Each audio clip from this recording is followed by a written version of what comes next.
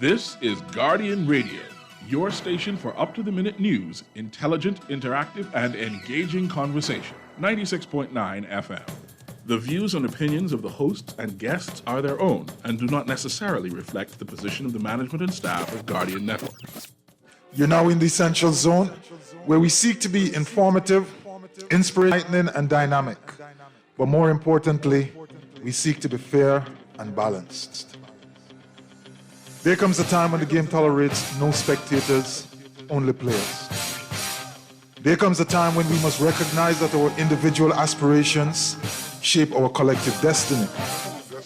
There comes a time when getting in the game, despite the risks, despite the challenges, regardless of the cost, is simply the right thing to do. There comes a time when we must find our hearts, find our soul, and pursue our purpose for the greater good of all, for country, for humanity. There comes a time when we must manifest our true greatness. Yes, there comes a time, and that time is now. So let's get down to the essentials. The essentials. Serious radio for serious people committed to advancing the national conversation.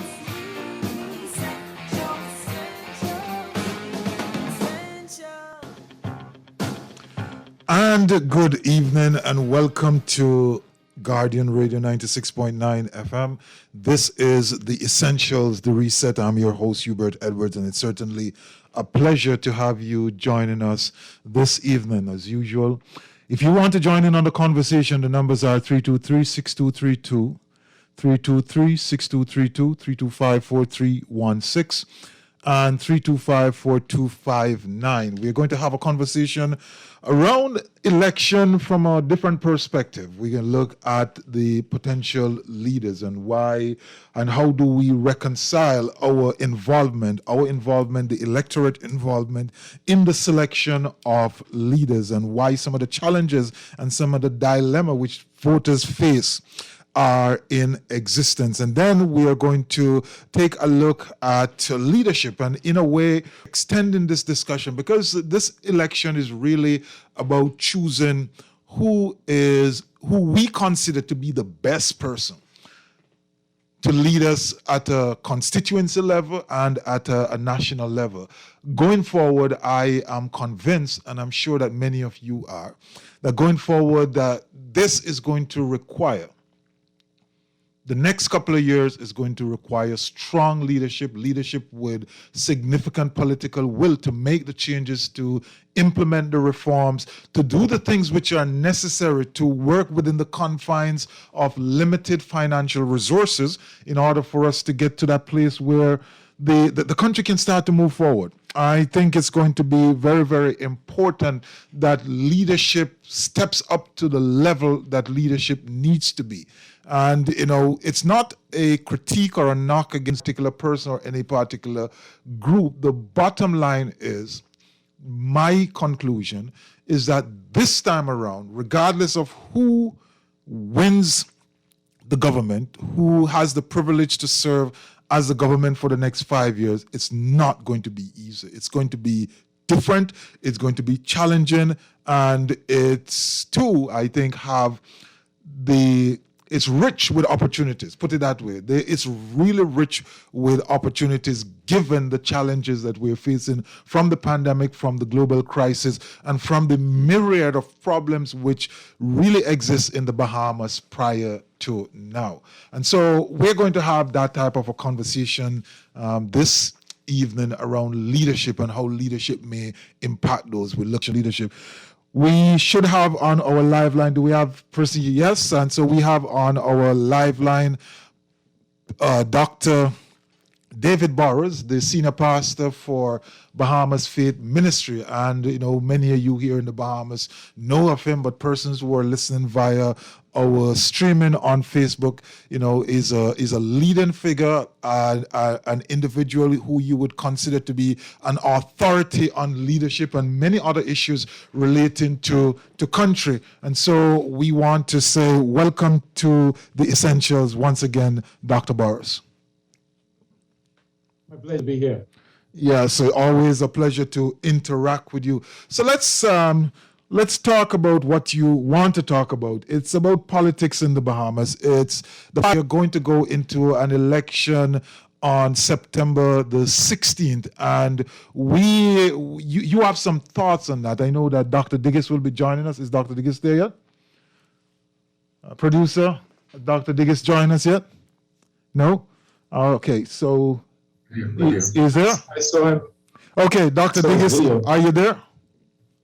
I'm right here. Listen, it's great to be a part of the conversation. Honored to be in the presence of Dr. Pastor Dave Burrows, and thank you for inviting me, Hubert. I'm looking forward to being a part of the conversation. Definitely, I look forward to engaging you. We had a brief conversation recently, and it has whet my appetite for more interaction with yourself. I think, we as citizens and residents, I think we have an obligation where we have the ability to help to change the narrative. And this is exactly what we are trying to do here.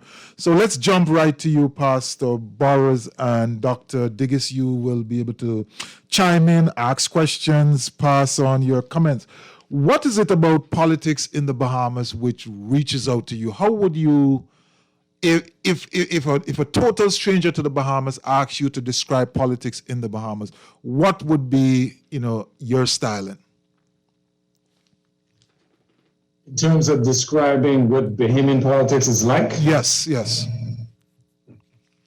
I would say that we are a microcosm of colonial politics. Mm-hmm. So the political system that we have is not our own. It's been borrowed from Britain, and we are a victim of the limitations and the constraints of that system. So, for example, in America, the representative democracy allows you to vote for your representative. So you vote for your congressman, and your congressman has to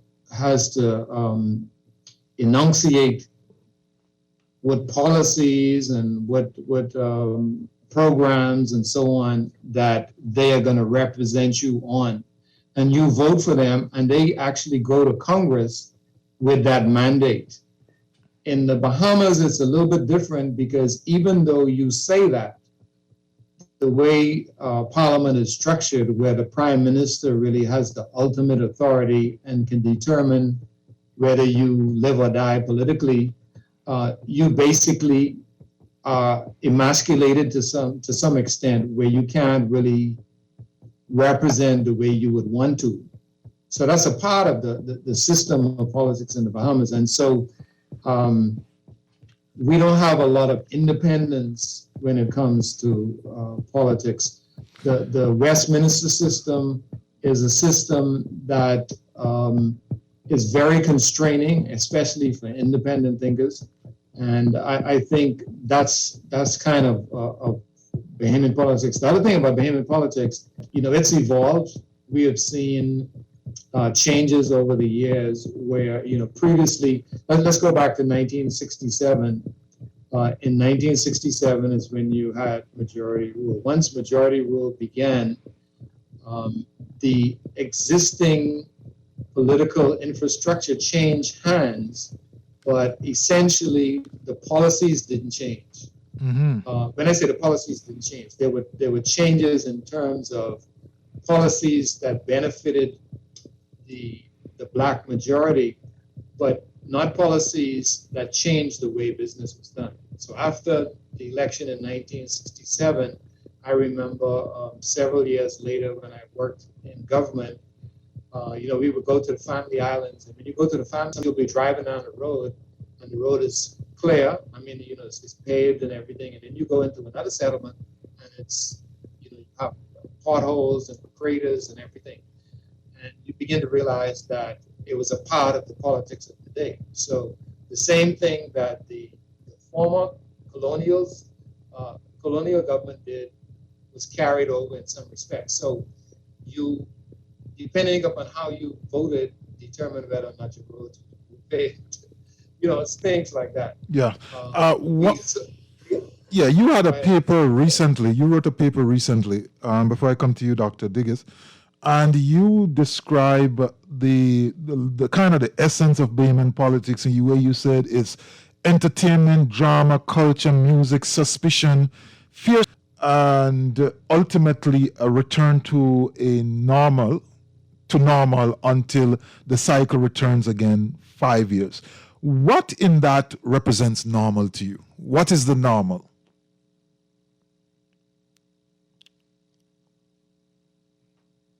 We still have Dr. Boris there? No? Dr. Boris, did you hear the question? Okay. So let me get you to chime in, Dr. Diggis. What would be your take, broadly? And we're not getting into partisan politics. I would not want to drag you into a situation like that. But broadly speaking, what would be your take if I was to ask you a similar question? Your sense of how politics is in the Bahamas? That really is an interesting question. And thank you so much for not dragging me into the weeds of but I'm going to bring a slightly different perspective, which is the changing, and this is an extension of where Dr. Burrows took his commentary. I think we need to be mindful of the changing of expectations. Dr. Burrows just described the legacy politics, rooted in party, and it speaks to the way the control of decision-making is played out for the time that the party who wins happens to be in government. And this has been like a to and fro for a while. I call it a Saxons and Valley Boys show for a while, to use that metaphor. Mm-hmm. And I believe, though, Hubert, that there is a groundswell of a changing both the politics, which we accept. It's going to set policies, legislations, the rules of the way the country is run. We accept that. But I think you're going to find that the expectation is that the politician brings something else to the table instead of broken promises. There is an expectation being put on the politician to start a conversation that clarifies issues like, what is the Bahamas? What is it like to be a Bahamian? What is the vision for the Bahamas? What is it that we can do? What is possible for the Bahamas to do? And how can I participate in all that's possible for the Bahamas to do? I think that's what we need to be minded of. I suspect that this next election, this imminent election, is going to be quite the flavor of what Dr. Burrows has described. But my caveat is to be minded of this groundswell of changing expectations. Yeah, but and I would agree with you. And certainly the expectations are changing. The electorate is that more literate from a political point of view, I speak of. They are more exposed. They understand the issues. And certainly, I've been making this argument recently that COVID has caused us to pay more attention to the politics, pay more attention to the leadership, pay more attention to the fundamental underpinnings of the economy and the way the country works. And as a result of that, you're going to see that groundswell that you speak of, where persons are going to be the system more from an informed basis. The only issue with that is that the system itself is so rigid and outside of the control of persuasive influence of the electorate. Once they would have voted, that it's almost zero to no chance that you are going to get these changes unless the elected officials are committed to a significant suite of reform, and reform not only in a legislative way, but also a reform in the way they think, the way they see politics, the way they do politics, the way they do leadership, the way they interact and serve their constituents, and the whole economics of party politics and being in power. Unless there are some fundamental changes, while the groundswell is there and while the expectation exists, it may very well be that you'd see no tangible change in the near term. We have Dr. Bowers back. Yes. Yeah. So Hear me? yeah. Go ahead and give us your thoughts on that. Yeah. First of all, let me greet Dr. Digas and say it's such a pleasure to be in your presence and to be sharing this show with you. Um, let me just say, Dr. Digas mentioned something that I think is very important. I was describing traditional politics and how the politics was beginning to evolve over the years. So there has been an evolution and there are changes. One of the changes that we've seen is that people are not as gullible to be unvulnerable as they used to be to the political game. So for years ago, what would happen is that every election, you buy some refrigerators, you pay this person, the next person, and then you secure a vote. The electorate evolved to the point where they began to demand accountability. So it was not taken for granted that one party would win. So we saw a maturing of the electorate, but some of those vestiges remain. I think what is happening now is that the electorate has gotten to the point where they are saying to the political elites that, look, we don't believe any of you. That's why what's been happening is that you've been having voting based upon voting a party out, not voting a party in. So it's not like the electorate says, okay, we appreciate your ideas, we appreciate what you bring to the table, and we think you have a better vision. What's been happening is the electorate has been saying, we are so disappointed that you think we are so stupid that we can bring you in to bring about change, and you do the same thing that the last guys did. That's essentially what I see has happened. And so the electorate is now demanding more accountability. Yeah. If you promise something, we want you to deliver on it. So if you promise, free this, or you promise change in the system, you promise openness, you promise transparency. Now is that if you don't deliver on those things, then you get voted out. We need to move to, and I think we need to move to a change of system and a change of philosophy. So, for example, there are a number of countries in Europe that have an interesting philosophy. So the Bahamas is basically a capitalistic society. There are a few countries in Europe where the way they approach governance and the way they approach managing people and politics is interesting, because they begin with the premise that the government takes care of the basics for people and then allow people to use their talents, their gifts and abilities to rise above that. So in places like, I think it's Denmark, Sweden, a number of those places, things like healthcare are free, education is free, and so on. And then you move into, you still have an element of capitalism, but it begins with a consideration of the people. One of the things that I said is this: no Bahamian should be healthless, foodless, or shelterless. So we need to change the way we look at the starting point for governing in the Bahamas. Okay. Some people may say, well, we don't have the resources to accomplish these things. But the truth of the matter is that every country in the world has enough resources for its population. The issue is distribution and management. Yeah, and that is all. Yeah, that is always going to be a big issue. I think I'm getting some feedback from you, Dr. Boris. So see if we can work on that. I just want to punt this over to Dr. Diggers. As it relates to the citizen and politics, you talk about this groundswell, and obviously, if there is this groundswell, it means that at least on the ground, an awakening in activism, and persons now starting to understand the role that they play and the contribution that they can make to the further democratization of whatsoever it is, or what it means to be Bahamian, what it means to be a nation, what it means to be involved in nation building.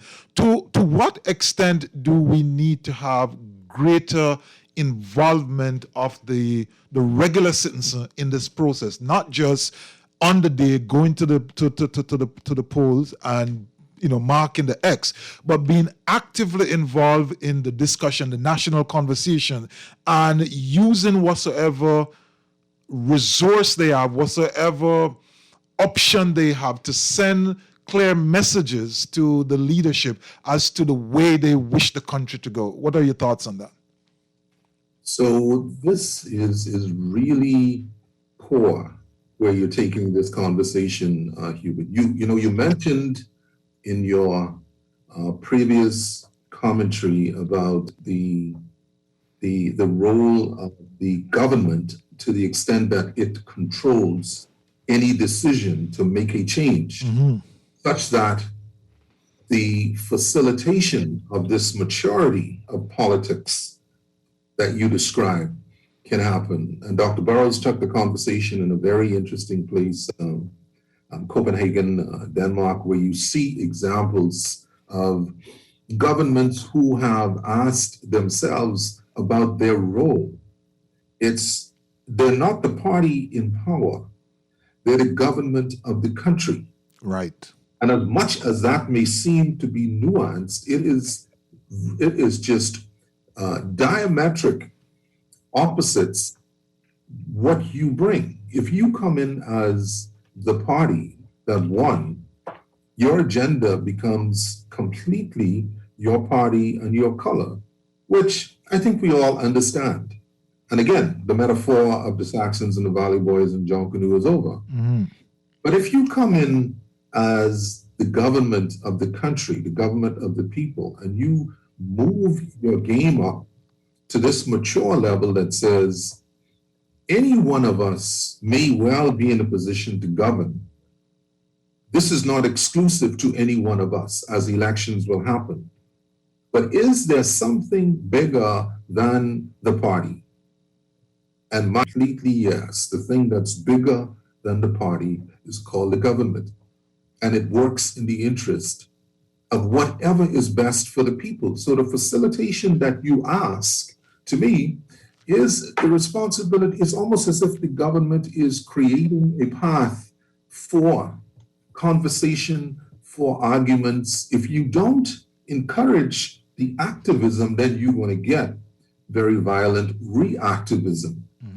You need to create the forum where individuals can wallow in their differences. It is out of so many differences and so many perspectives that we will start to chart a course for the Bahamian economy and the Bahamas of the future to find the best place. And so I enjoy the fact that you took the conversation up to the level of maybe there needs to be a recognition by whomever the government of the day is that we need to focus on something bigger than us, called the Bahamas of the future. Then you will start to see some of the topics that Dr. Burrows just referenced, like healthcare, like education, like basic income or basic living, basic cost of basic ability to afford living. Then you will start to see some of those topics being addressed in a nationalistic manner. And I think it is there where we're going to find solution. It is about John Canoe and the sustenance of John Canoe. Well, one group won, so they own bragging rights. That's where I want to take on. Yeah, and I think that is so important, because we have to get to the place where, as Dr. Burrows mentioned, that every single country have sufficient resources, broadly speaking, and in a generalized way, to satisfy its citizenry. It's always come down to an issue of how that is distributed, and we know that there is significant concentration in certain areas. What I want to touch with you, Dr. Burrows, is this whole idea where involvement in politics or engaging in it, whether at a intellectual level, debate in the street, being seen as somebody who is interesting, sometimes is discouraged. You're a citizen. You're not supposed to get into politics. You're not supposed to talk about politics. You're a Christian. Certainly, politics is not. Do we get to the place where we sensitize and educate and enlighten individuals to understand that everything that we are and we hope to be will be enabled and facilitated by the extent to which we do politics, whether it's big P or small p? Talk to us. I think one of the problems is that most people don't understand what the word politics means. The word politics comes from the Greek word politikos, which means of, for, or relating to citizens. So if you are a citizen, you are a part of the political process. What happens is that citizens have abrogated their responsibility to be a part of the political process and cast it on to a few people. The only problem with that is that if you don't have a seat at the table, you become a victim of the negotiations. So essentially, what we all have to do is understand that politics is not just, so politics is being in charge of the school board, being in charge of the community association, the crime watch, and so on. Because what you do is you get involved and you have an input in the governance of your surroundings. And I think we have, as citizens, we have to realize that if you go to a church, it doesn't mean you cease to become a citizen. So people will say things like, well, if you're a Christian, stay out of politics. If you stay out of politics, then it means that people who have a different belief system or a different value system are making laws for you. So we have to all be involved, and we have to just find what is the appropriate setting for us to be involved. As a senior pastor, I've decided that based upon the fact that I pastor a church with people of different political persuasions and opinions, I don't want to be involved in partisan politics. However, I am involved in activism. I write to the Prime Minister, to the ministers of government. I have a section in the newspaper where I publish articles every week. And so I speak about the issues. I talk to the influencers. I give them my opinion. And that's my political involvement. So each of us needs to find how we can function in the political system in a way where we fulfill our duty to politics as citizens. Politics also means the governing of resources and distribution of power, distribution of resources and allocation of power. So if somebody is going to distribute the resources or be in charge of the distribution of resources, if you decide to leave that to a certain group of people, then again, you become a victim. So I think we have to stop thinking of politics as involving a narrow group of people and understand that politics happens on different levels and every level is important and each of us must be engaged. Yes, I think that is really, really important. And the way you put it, I would take your own words and I would put it very slightly. Each of us have a role to play in nation building. And politics, as we see it, being played out between two parties or three parties or any number of parties, is really part and parcel of the process of nation building.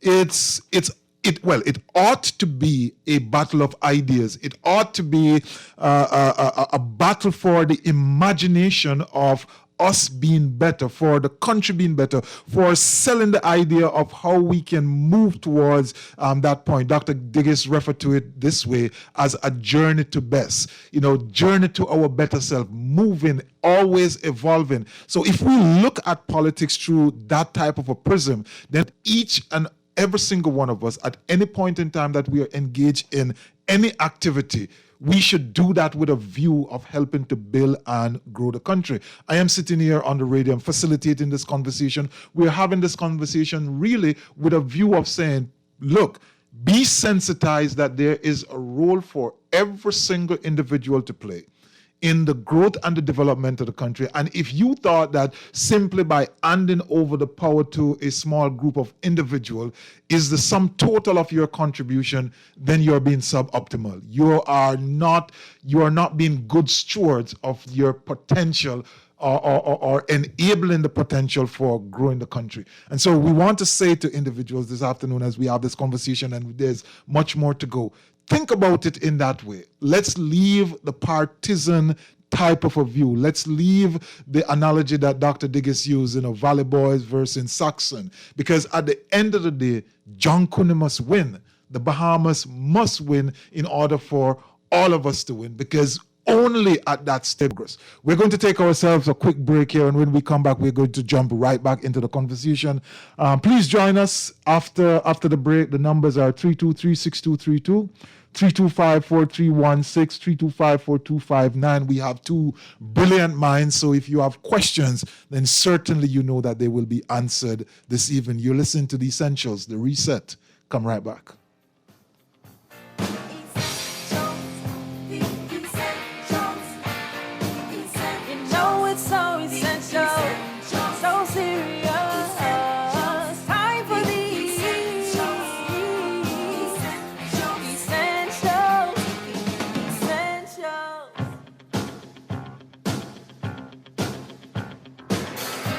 Now that your age is not everything, now that your kids call you for advice, now that you can achieve anything you set your mind to, why stop?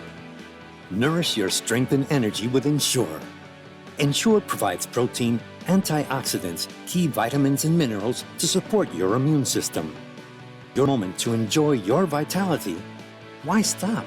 Your life, your health, your Ensure. For the best jerk in the Bahamas, you must have Baloo's. Pork, fish, and chicken served with our delicious country-style sauce and authentic festivals. Baloo's, Nassau East South. Call or WhatsApp 376-8951. Baloo's, the jerk with the soul of reggae and the spirit of Junkanoo. Baloo's jerk, traditional, slow-cooked to perfection. 376-8951. Get yours today.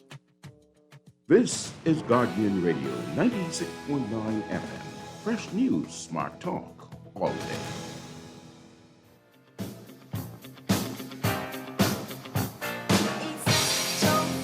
You know it's so essential, so serious. Time for the essential.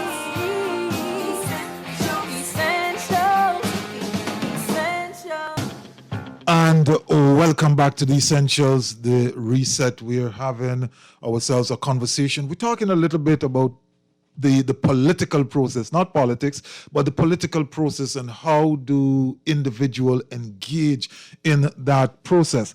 So let me start with you, Dr. Diggis, as we got the input from Pastor Burrows, and I think he outlined very clearly why is it important for persons to see themselves as part and parcel of this whole process of politics. But being political and versus being partisan, we definitely, as we sit and look at what has been done after persons have been selected, the government has been formed, we have to be always cognizant of how the decision making is affecting the country and whether it has been done in a very balanced fashion or it's been done in a partisan fashion. Talk to us about that and how not prosecuting those decisions in the proper way holds implication for the growth and the development of not only the people but the country at large. I think it's really important for us to appreciate that the system is imperfect, but it's the one that we have. Pay attention in the politics to how it works. It's the majority that wins. And, if 10,000 persons comprise a constituency and 5,001 vote a particular way, then in that simple example, they win. But it does leave you thinking, well, what is the will of the 4,999, say, in a two-party system, who did not win? And so I think we need to be less focused on, okay, it's over, we won, and now look at how does it play out in terms of what happens day to day after the election. So the election process, democracy, an imperfect one, this is the one that we go with the majority.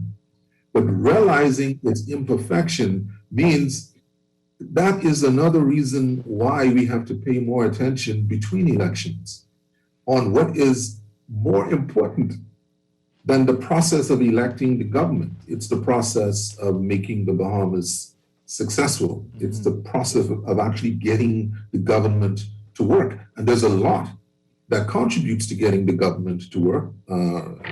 Dr. Burrows indicated his multiple levels of involvement. And I think he's setting the theme and giving your listening audience examples as to where you may insert yourself so that you're not stuck, you're not into such a deeply immovable mind, that you're actually able to make adjustments or pivot, as we speak a lot of in my line in running an organization. You retain the ability to pivot depending on the circumstances that surround you. So the politics and the political process, very important. No need to diminish that. Yeah. The party who seeks to win, truly significant. And they have to themselves step up to the plate. They control the decisions. That's the way it's designed. And there are multiple individuals who sit at the table and they are going to be influencers. And that's something that all of us involved in the voting process must pay attention to. But once that is clear, let us focus more on building something that is greater than ourselves, greater than the party, which is how do we get this Bahamas to work? Yeah. We have a caller on the line. Caller, welcome to the... Early days is talking away so long with you and your panel, Hubert. Yeah, thank you. Okay, Raymond Allen Ferguson here. The gentleman that spoke last, right? Yeah. I want to say to him. Dr. Diggis.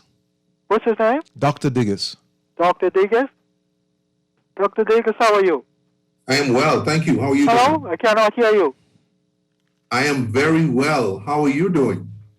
Oh boy, you're not coming over. Okay, yeah, he's saying he's well and he's asking you how you do. So okay, I'm holding. Yeah. Rough, but I'm holding. All right. But what I want to say, right, Dr. Diggis, you speak of getting the government to work. Work on what? You see, the thing is, politicians should have an objective for the whole country, not only or a journal illustration, say a few people, paraphrasing, you know what I'm saying? You must have an objective for all, and whosoever come behind you should be able to build on that objective. Now, that objective must be to benefit the whole country, everybody that's in the country. When that's not happening, then you're not doing justice to the Bahamas or the country. Okay? Yeah, definitely. Totally agree with you. I think Thank you for your time. Yeah, I think you hit the nail on the head. And this is where you have this whole idea of having a national development plan and a consensus around from various parties as to how we'll move forward. We have another caller. Both doctors, you are up today. So we have another caller. Go ahead. You are on the Essentials. We've lost the one. Okay, please call back. So, yeah, what the area I would like to throw this now, though, is as we look across the landscape, this year, for example, or in the last couple of months, there's been this significant uplift of new political parties, the rise, or it's not a phenomenon, but it's almost like a concretization of something which has always been there. This whole idea of independence coming together to form almost a party, but they're still, loosely speaking, a coalition. Dr. Diggis and Dr. Burrows, let me start with Dr. Burrows first. The idea of not being able to discern clear separation between the style, the offering, the behavior, the approaches of the various parties which are offering themselves for election represents a dilemma for the electorate, isn't it so? Absolutely, it is a dilemma, and I think what you have right now is you have a high level of dissatisfaction. So the populace has basically said, you know, we've been through cycles of the two predominant parties over and over again, and we don't see significant change. So in a context like that, people begin to rise up and say, well, we need to be the change agents, and we need a turn at bat. I think that's good. The problem in the Bahamas is that it's largely non-achievable to win the government. You can achieve a lot in terms of activism, in terms of highlighting the issues, in terms of influencing policy. Let me give you an example. You know, there's been a big push about our natural resources. And I think the groundswell from the independents has driven the major political parties to be proactive about issues like that and to actually put it on the front row. Still there, Dr. Burrows? I think we've lost him. Dr. Diggis, your thoughts on that aspect of the discussion? So I'll just jump off from where I think Dr. Burrows was taking the conversation. You know, I go back to the point of expectations, and this is contributing to the dilemma in that, yes, it is healthy to have a broad spectrum of individuals who feel that neither option is the one that would suit or fit with their agenda or what they believe to be the solution for the country. That's healthy. As you advance that, you start to see then that here's another obligation on the government to educate individuals not to get rid of the choices. The choices will continue to come. And multiple democracies have shown that. I mean, you could look at double digits almost in terms of choices. But it is really important to delineate what real expectations can be applied to the politics so that the difference between the campaign and the promises and what can be delivered, the population is able to discern to some extent. It doesn't stop the promise, but it does provide you an educated mass of persons who could themselves make decisions which are quite difficult if you have grandiose promises being put out by individuals who perhaps, you know, may not themselves have the way that they can see this working out, but they could see that this is what we need to do. And again, I support the diverse and multiple opinions. I support the differences brought into the political space completely. I don't want to leave the impression that I don't, but I think this is indicative of this dilemma, because if you end up with numbers that cannot easily be assimilated into a government, you have a new problem as a result of the democracy. And maybe that new problem is the path that we take on the road to growing up.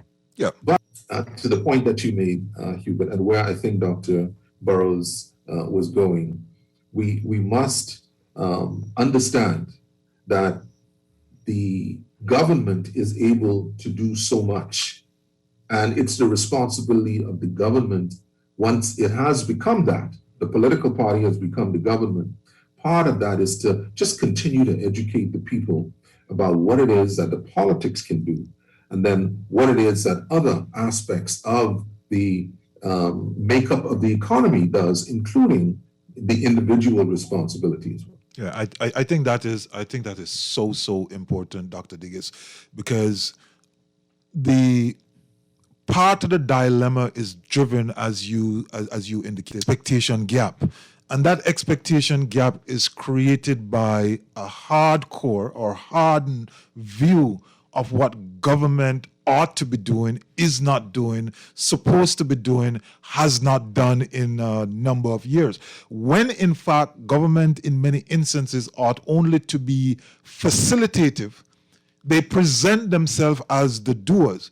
And so if we are going to create real nation building, and if we're going to advance in a significant way through the maturation of the electoral process, the election process, this experiment that we call democracy, it has to start at a place where we are honestly having the conversation, which says, look, we are running a relay, and my best job is to come out of the blocks. Dr. Diggis is the guy who is going to take it home, and Dr. Burrows has to be someplace on the backstretch. And when we lose sight of who can do what, all of a sudden we put ourselves in a position to not win. We may get lucky because somebody may drop the button or so on, and we may find ourselves in a position where we celebrate for a moment. But that's not what we're talking about. We're talking about getting to the place where we are consistently becoming better. And if we don't have those conversations in a very open, honest, and candid manner, the mindset is not going to change. Do we have Dr. Burrows back with us? Can you hear me? Yes, I can hear you now. You can just pick up from where you were. Okay. Yeah, I was saying that the independent political parties and the activists, what's happening is that their voices are causing change in the environment, and that's a good thing. One of the interesting things about the ones who want to govern. We've lost him again. Not sure what is happening, but something is certainly not working out with the technology this evening. So let's roll on. We'll get back to that, and I certainly know that that's an important point. We will get that in definitely. Dr. Diggis, the old principle of personal benefit over what is or what ought to be in the interest of the public good. Ministers or future ministers, candidates, aspirants always espouse this whole idea, well, I want to get in there so that I can deliver for you, not for me, not for myself, not for my family, not for a small group, but for you. We are the better person. We are the best people to do this. But history has not borne that out. History has shown us that it is more so that benefits accrue to a narrow grouping rather than a broader grouping. Isn't this one of maybe one of the fundamental areas which we need to pay and seek to mature our democracy? That's a good point, Hubert. After every election and during the campaigning, you hear the appeal for ethical practices. You hear the assertion and the promise that the integrity of the governance will be in a certain manner, and that the interest of the people and the interest of the nation is above all personal interest. And then we witness along the way some either erosion of it or just the imperfections that exist within people, that maybe we haven't given attention to how that plays out practically.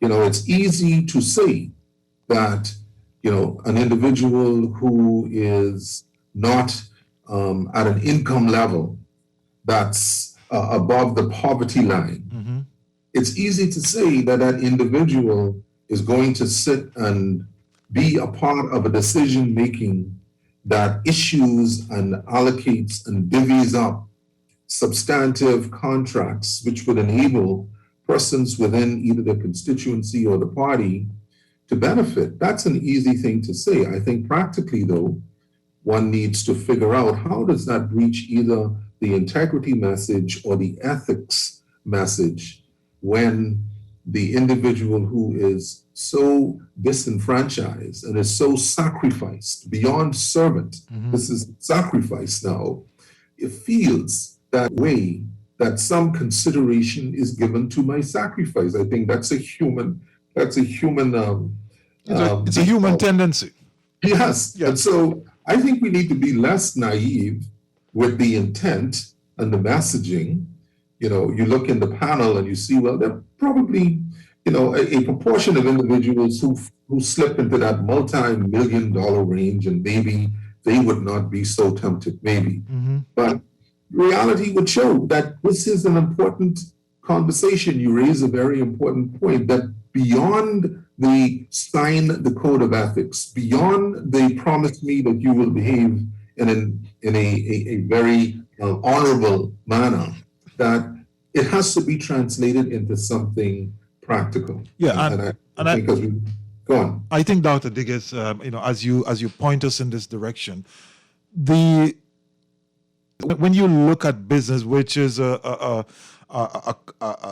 multiplicity of systems and processes, if those systems and processes are not self-affirming in some way, if they don't have built into them mechanism which creates trigger or creates or have the ability to dissuade persons from going in a particular direction, then they are ineffective.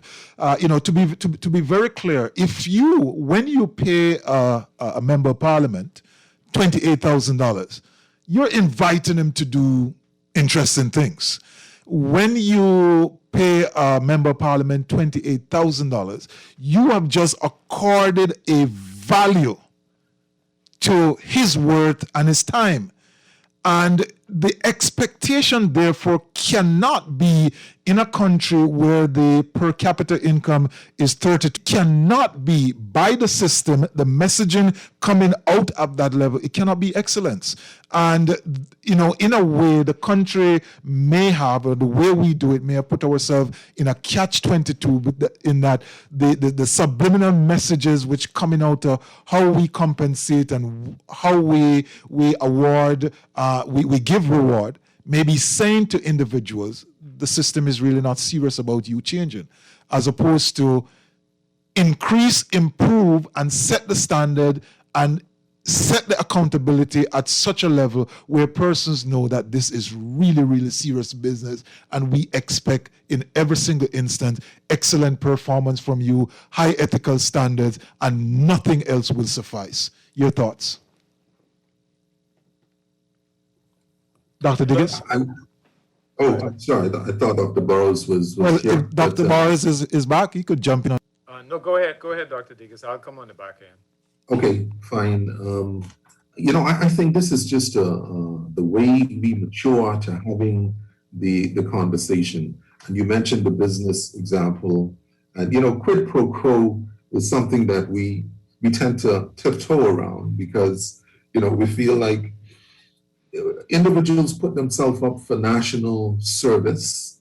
And yes, it's admirable that they intend to be servant leaders, representing the voice of the people and acting in a manner that's in the best interest of the people.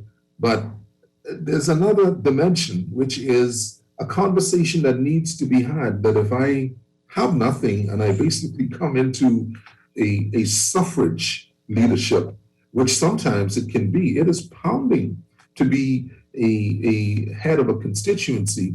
When you look at the expectations that the constituency on the representative's ability to deliver money. And if the individual has no money, now we see again a contradiction in expectations. It was not made clear. If you don't have that, and that is the expectation, now it's exacerbated. So it's a suffrage that you want to put that individual through.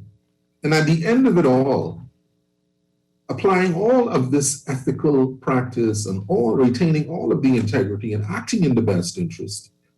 This is why I'm saying the conversation is important, but not to be held in a naive manner, but to be worked out in a manner that makes sense. I'm not saying dump a bunch of cash on somebody because they're short, Nor am I saying that individuals who don't have cash should not get into politics.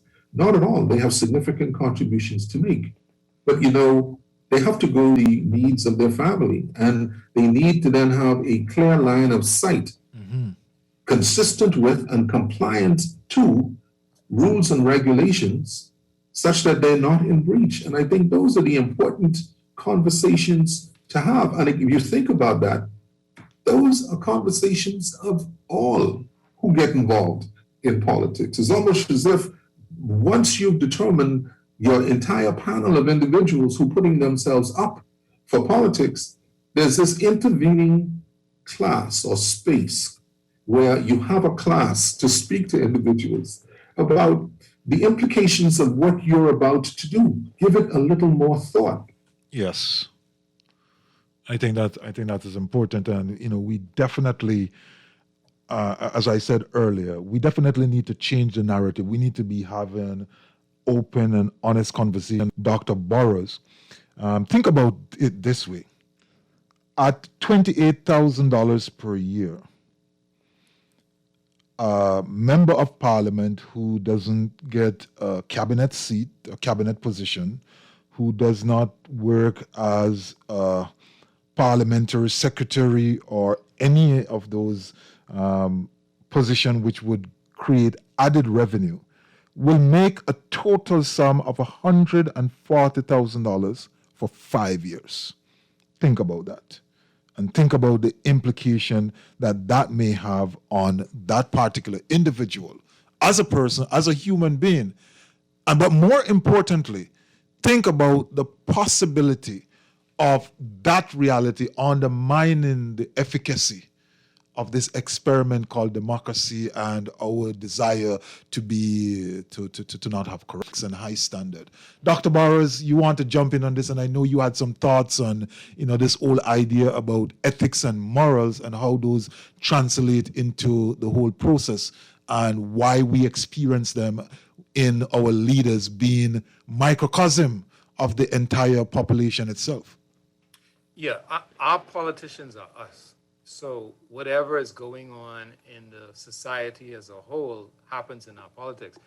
Sometimes people believe that once you get into office, you grow morals. You take your morals with you into office. Whatever your morals and your values are, you take them with you into office. What we have to look at when it comes to the salary of an MP is we have to look at the system. There's no way that a member of parliament should inject their personal finances into their job or taking care of their constituency. If it is a full-time job, then it should have a full-time allocation. Right now, it appears that an MP is a part-time job because the MP is allowed to work otherwise. The salary is very low. And so the system that we have now, and because of the way politics has been shaped, we have this false expectation of what an MP is supposed to do. An MP is supposed to go in his pocket and help out people. I think we need to move beyond that. We need to understand that that's not the way politics works. One of the things that people do every 5 years is they talk about how often the MPs have been seen in the area. Well, if you take a constituency of 4,000 people, if the MP of that area decided to visit one person a day, it would take him, I think, something like 16 years just to see everyone in his community. So we have to move beyond did my MP come to my corner to visit me? We have to move beyond, did they come and bring me turkey and chicken or whatever? Did they bring me a present?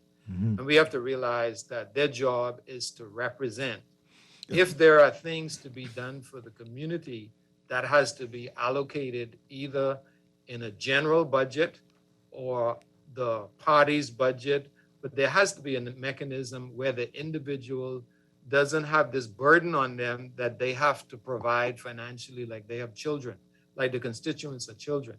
The constituents are fellow citizens and they are there to represent their interests, not to take care of them. So we have to allow our politicians to govern in that fashion. An MP comes into office, he brings his ideas to the table, he goes to his constituents and he said, these are my ideas. And then he goes to the government, there's an out for each constituency, regardless of what party it is. And that allocation allows for certain things to happen in the community. I think that's the way it needs to be. We need to move away from you need a rich politician to be a representative, because if they don't have money, they're going to be voted out of office because they didn't give somebody a turkey for Christmas. I think we have to move beyond that. And our democracy needs to mature into systems that are effective and systems that provide for true representation, rather than this archaic system where, the MP is the sugar daddy and has to provide for people. That's an interesting way of putting it. We're going to take ourselves a break here, but when we come back, gentlemen, I want us to talk a little bit about vision and the importance of vision in leadership, and in this case, in the national sense. Over the last short while, not short while, a little bit more than short while, we have been knocking around a national development plan which ought to represent a consensus vision for the country.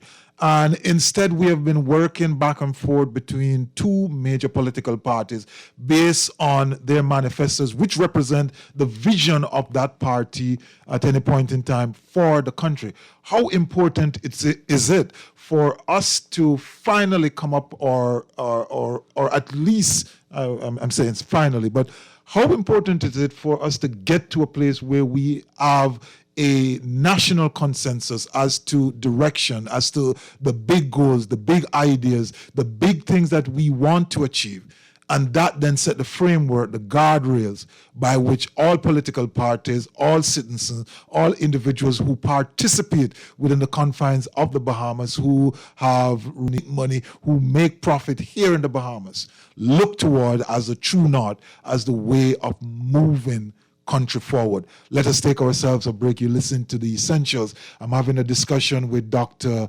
David Burrows and Dr. Charles Digges. When we come back, leadership and vision, and we want to talk a little bit too about being transformational, because the next 5 years must be transformational. Otherwise, we're going to have a spot of problems. Come right back.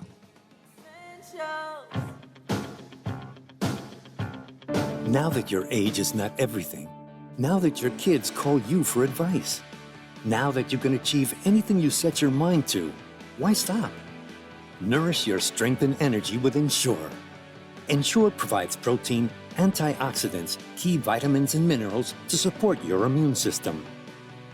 Now that it's your moment to enjoy your vitality, why stop? Your life, your health, your Ensure.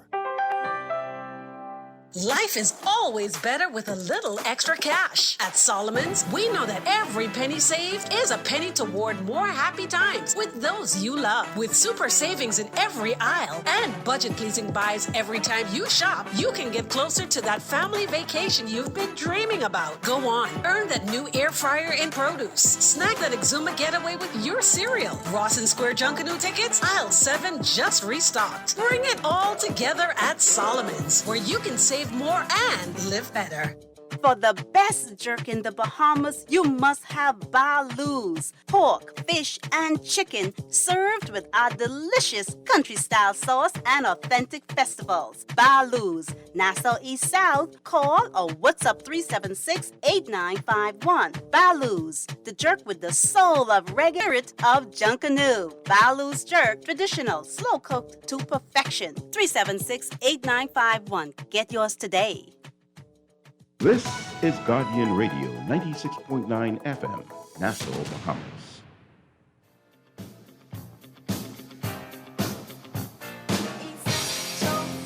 You know it's so essential, so serious. Time for these essentials.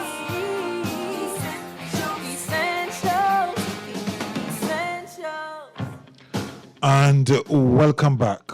where we are today in this world, going through a pandemic, going through a significant financial crisis, with the country really suffering economically, I think it's critically important that we look to our leaders.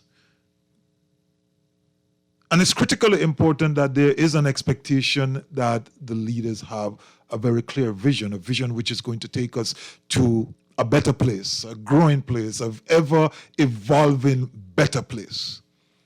Gentlemen, as you reflect on this whole idea, how important it is now, today in 2021, going into an election in the next couple of days, we start to hear more of a clearer vision which is going to create real transformation for the Bahamas, real changes, real reform, real thinking, new narratives, in such a way that when we look back 10, 15, 20 years from now, we can say this moment was a critical moment, a tipping point where the Bahamas changed for the better. Anybody? So, Dr. Burrows, go ahead. Oh, okay. I think what we have to remember is that, as you mentioned, there should be some things that we agree on regardless of political party. So, for example, something like national health insurance, something like economic diversification, all of these things should be universally agreed on by Bahamians. I don't think any party is divergent when it comes to those things. So we can have a national vision. Now, there are nuances, one party may approach it differently, another party may approach it differently. But I think we can agree on what are the main goals and objectives for the Bahamas. And to that extent, I think that national vision that you talked about that transcends elections should be in place. Here's what the Bahamas is going to look like 25 years from now. These are the main tenets. I think both parties should have an agreement on the main tenets. They can disagree after the main tenets, but I think there should be a general agreement on what the vision is for the Bahamas. And then I think we have to move away from insults to ideas. So what happens is sometimes when we are not that far apart in terms of vision, then we try to separate from the different parties by insults. And I think we have to move away from insults and move into ideas and say, okay, here's what we will do differently, and let it be clearly delineated. And I think once we do that, then the entire population will be more comfortable about selecting the existing parties on their approach to solving the problem that we all agree on is the problem that we need to solve. Dr. Diggis? I could just jump off that, completely in agreement with such an important perspective that, Dr. Burrows has put into this, the view, the vision. And, in my line of business, vision is the driver. We need to see where is it that we're headed. And we don't have to spend so much time arguing about the North Star in terms of what it looks like, as opposed to are we headed north? Because there are nuances, as Dr. Burrows has pointed out. And there may come a time when the best interest of the country may not be served by the common vision of both parties or all of those who lead. Yeah.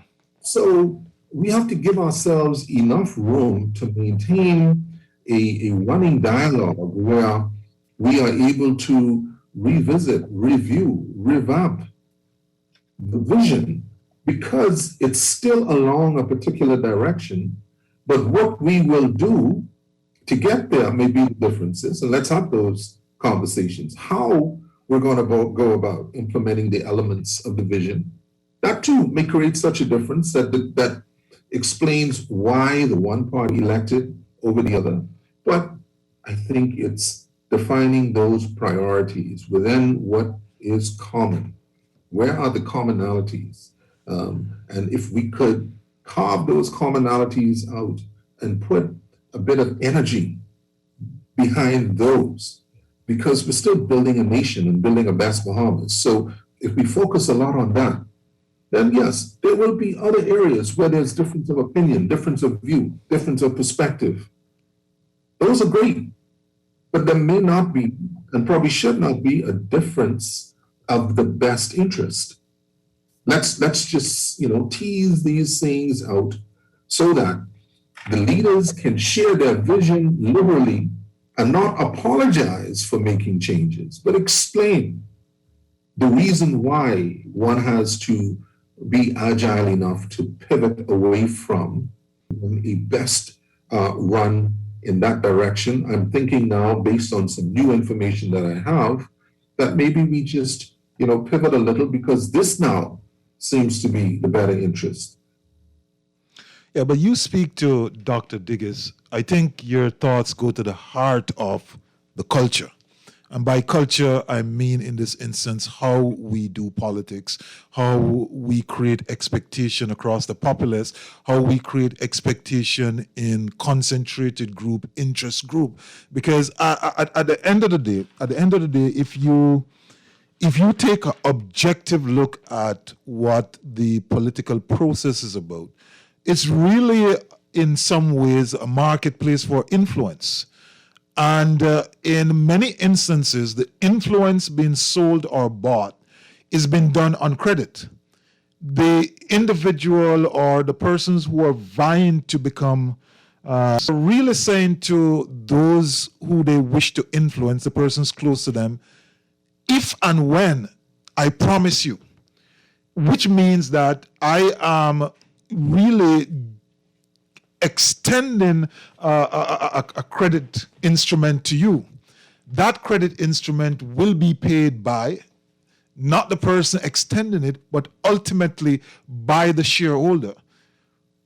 And in order to satisfy that credit instrument, you cannot, or at least at points, you are going to find yourself making decisions which are going to be suboptimal to the taxpayer, the shareholder, which therefore means you're not going to manage in the best interest of the greater good because of the way the influence was sold up front. So isn't there a need for there to be a radical shift where we transact this? And it's not new, it's not unique to the Bahamas, it's done elsewhere. One of the things which may be a little bit more glaring is the instances where there may be incompetence, or there may be persons in positions which are not positions of fit, which then exert another level of cost on the taxpayer. Shouldn't we be talking about how we shift the culture at a political level so that we create an environment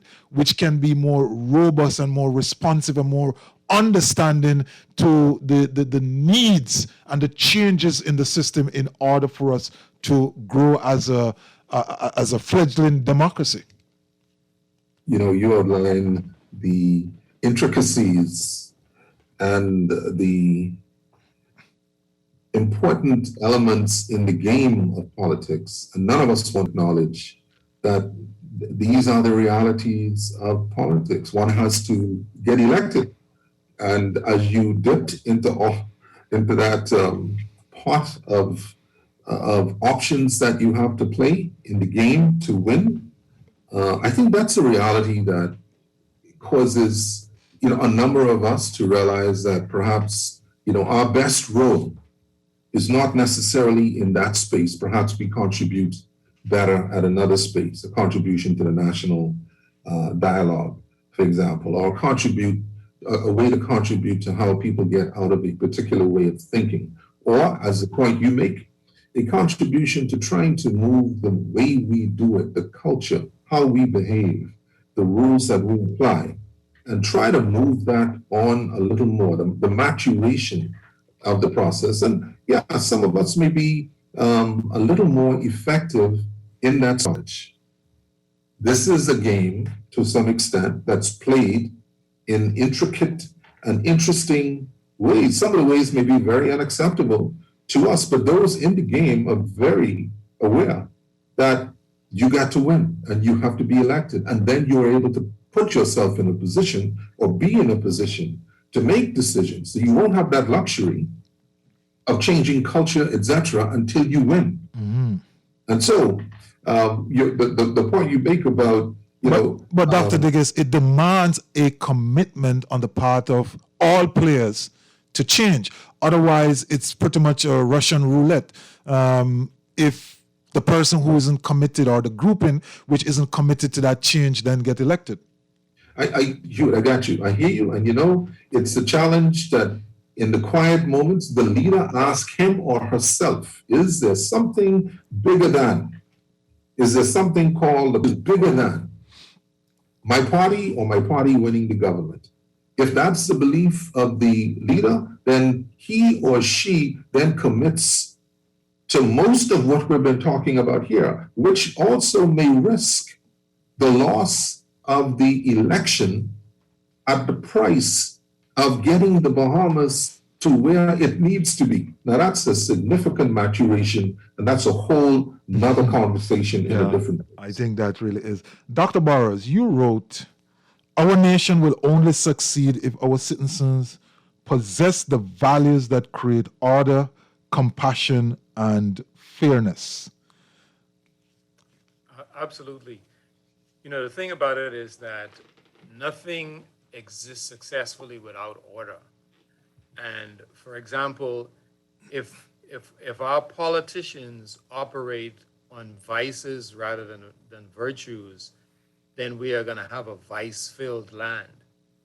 If we govern by corruption, then we're going to have a corrupt society. So it's going to be non-functional.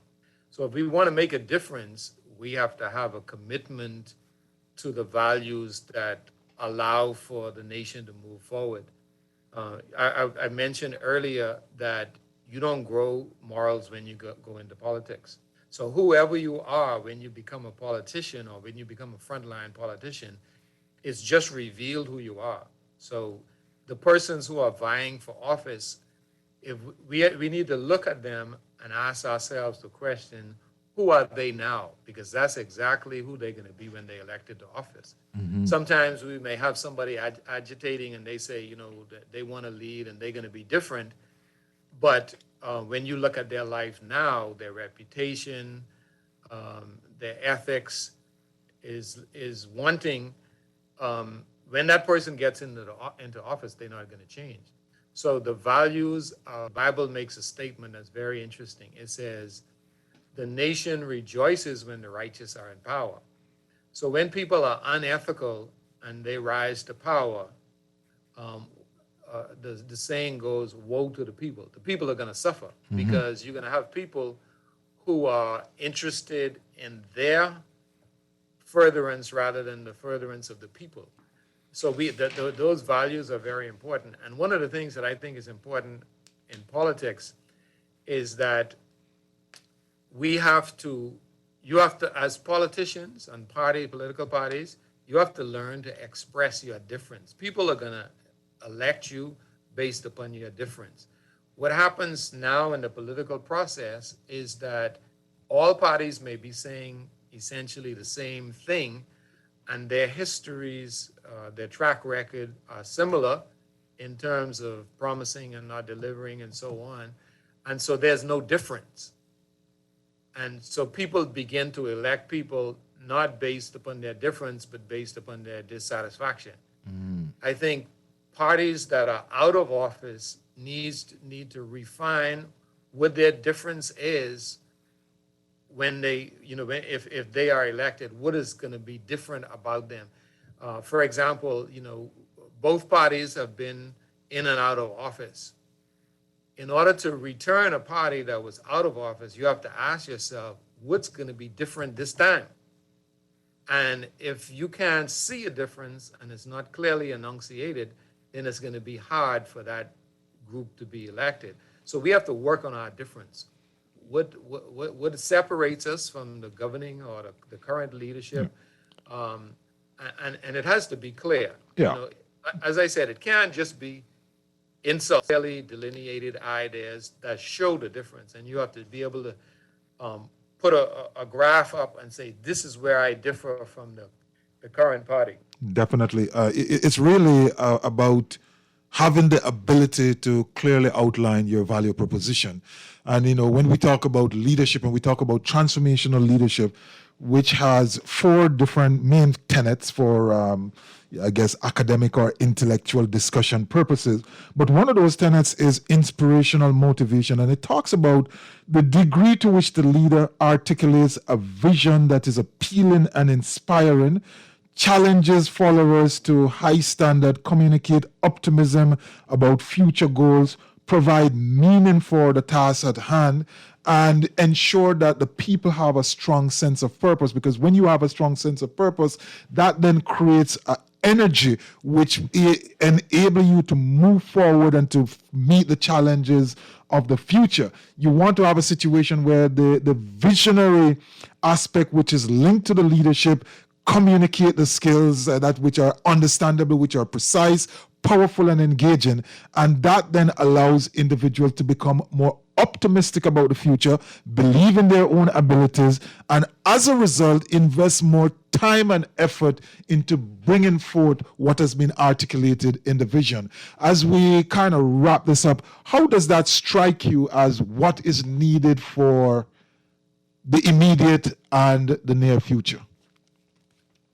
Well, I think one of the things that happens now is that people try to persuade the population to vote for them by how loudly they complain about a problem instead of how articulate they are in presenting a solution. For hope. People need to be offered a realistic way out of whatever problem they are in. We pay people to solve a problem. If your car breaks down, you're going to look for a mechanic because the mechanic has a solution. In the same way, if a country is broken, you want to look for somebody who's offering a solution. Sometimes we don't have anyone offering a solution. We have somebody enunciating a complaint or saying, this is what the other guys did, and they are worse than me. I think you have to present solutions rather than complaints. Yeah. Dr. Diggis? Yeah, I certainly want to acknowledge the courage of those who step up to the plate and put themselves out to be leaders. But you're correct. I mean, there is some transformational responsibility on the leader to be thinking, what happens if I don't win? What responsibility do I still bear on my contribution to the constituency or to the Bahamian people broadly? And, you know, my suggestion would be that there remains this focus. This is now from candidate to constituency. Yes, the constituents will determine a winner, but surely there's another direction that needs to be viewed. This direction taken on by the leader who understands that I have a responsibility to continually participate in the educational journey of culture, of mind state, of raising this expectation bar and clarifying expectations. I need to enlighten and educate about this process. Win or lose, I need to ignite the fire. I need in inspiring individuals to ask the right questions and not be afraid, as Dr. Burroughs pointed out earlier, not be afraid of being different or having differences, but finding amongst the difference, finding the best way forward. And my final submission would be to understand the power of your example, because ultimately it is your example that would speak loudest as to what and who you are. Yeah.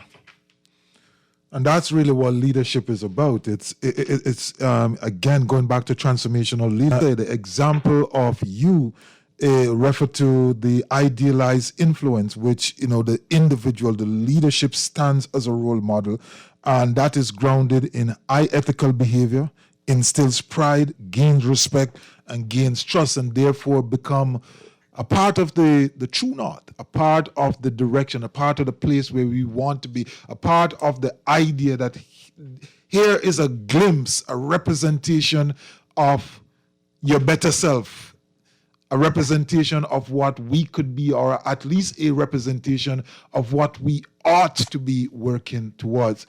It's now a couple of minutes to go before the show is ended. I certainly enjoy this conversation, always enjoy speaking to the two gentlemen. So as we wrap up very quickly in about 60 seconds, Dr. Burrows and Diggis, if you had the opportunity, and I'm going to give you the opportunity, all the political parties, all the leaders in 1 minute, what is it that you would say to them as a means of conveying the importance of thinking about this election, a very critical election, a very transformative moment, so that the Bahamas can approach or start to approach and evolve to become the best Bahamas?